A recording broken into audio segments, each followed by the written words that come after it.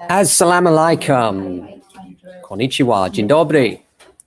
Namaste. Good morning, good morning, good morning. How are you today? It's Ken at 10, live from Southwest London, bringing you your property news daily, as we always do. If you haven't been before, then welcome along. We're James Alexander Estate Agents based in Southwest 16, Norbury to be precise, which is situated between Streatham and Croydon. And here in Norbury today, I can report to you the weather is absolutely fantastic. It's a proper spring day at last. The sun is out, people are out, and yeah, it's feeling really good. So how are you today? Hope you're doing well. A few bits of news today. We've got one. I mean, you may wonder why I've got number 10 behind me. I was thinking about the Greensill scandal and David Cameron. You disappointed? I was really disappointed with Cameron. I really did think he was better than that.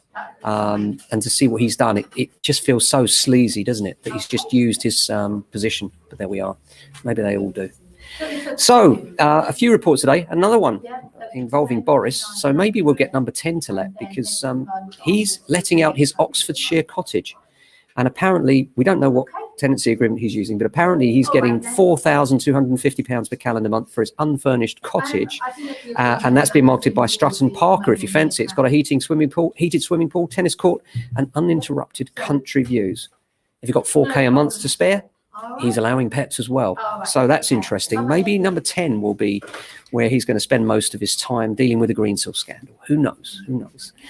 Newquay is the hottest sellers market, says Rightmove. Now, this is something we've been reporting on for some time, and this has been a massive turnaround, and that is that Devon and Cornwall are outpacing London as the most popular searches of Rightmove. And sure enough, Newquay, which is in Cornwall, has been named as the hottest property sellers market by Rightmove. There's an article in the Mail, the Mirror, and BBC News, and it says 8 out of 10 listed homes have been sold and since the start of the year, and that's the fastest moving in the UK, reflecting the trend for less centralised living. It says city centre properties are moving much more slowly. Birmingham city centre is the worst place for sellers. Only 18% of properties have sold this year so far. Rightmove said the 10 hottest sellers markets it been recorded had seen asking prices hit record levels since the market reopened last May. The most popular after Newquay is Newton Le Willows in Merseyside, where just 82% of listed properties are sold, followed by Plymstock in Devon. So that's interesting. Next article, one from the Express and the Mail. I do love a property headline. Most of them rubbish, aren't they? But anyway, this one's saying that the terraced house has soared in popularity since the coronavirus pandemic. It's jumped by 8.2% on average to 203,000 in the past year, according to Zoopla. It says the pandemic has altered the property landscape, and the drumbeat of change is continuing, with buyers making decisions about how they want to live for the next 5 or 10 years. But of course, when they say the terraced home is popular, I'm sure most people would rather live in a detached pile.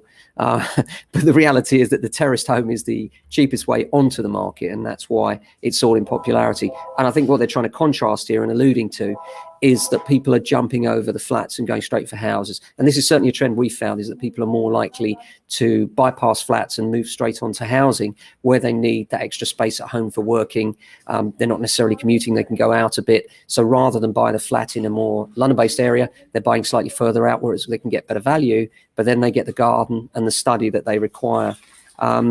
Hampton's also noted that a terrace property costs 18% less than the average home in Britain. And again, that's alluding to the larger country piles and things, no doubt. We've been talking for a while about London recovering as lockdown approaches, or lockdown eases rather. And we certainly found that so far. It's just starting to ease now. And there's an article here from City AM and the Daily Telegraph saying high-end homes in London have grown in demand in the first quarter of this year. Benham and Reeves said leafy suburbs of the capital have seen a 1% increase in home buyers in the 2 million plus range. Locations in southwest London were most desirable to home buyers, with Wimbledon, Barnes, Richmond, Chiswick and Putney and Clapham making the top 6 in that bracket. Homes worth 10 million or more have seen a 2% rise in interest. It's interesting, isn't it, that up the scale that there's even greater interest at the super rich market, with Notting Hill and Holland Park being the highest levels of demand right now.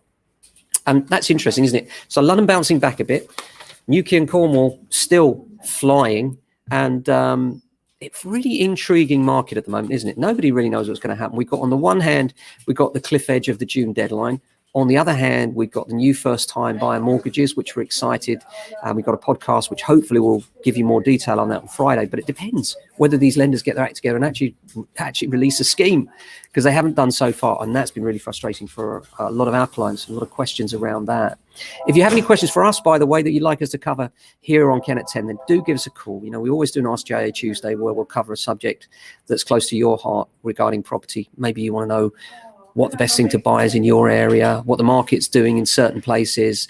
Let us know. Let us know what you'd like to hear about, and we'll try and do an article specifically on that subject. Apart from that today, lots of valuations. People still selling. You know, there's still people out there selling. Lots of interest still from buyers. Here in London, it's not fly away. Buyers are still astute. You know, they're looking to make sure they're getting good value.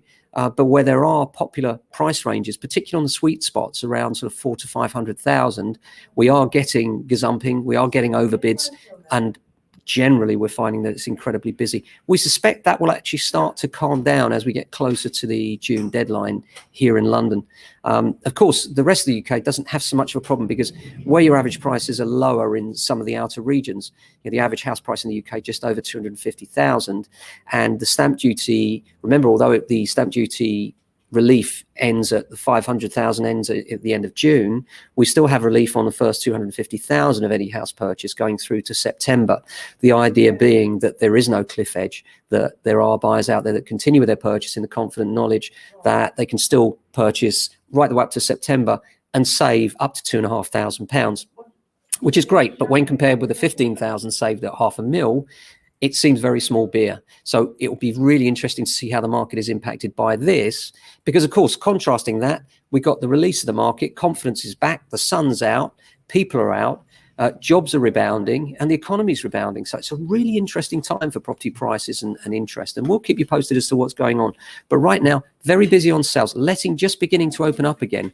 We're finding more inquiries on that side as well, a little bit more confidence in that area. Landlords not having to discount their rents heavily anymore. So yeah, interesting to see what's going on. We'll keep you advised to that and be back same time tomorrow for another Ken at 10. Until then, have a fantastic day. Keep your family safe and well, and we'll see you then.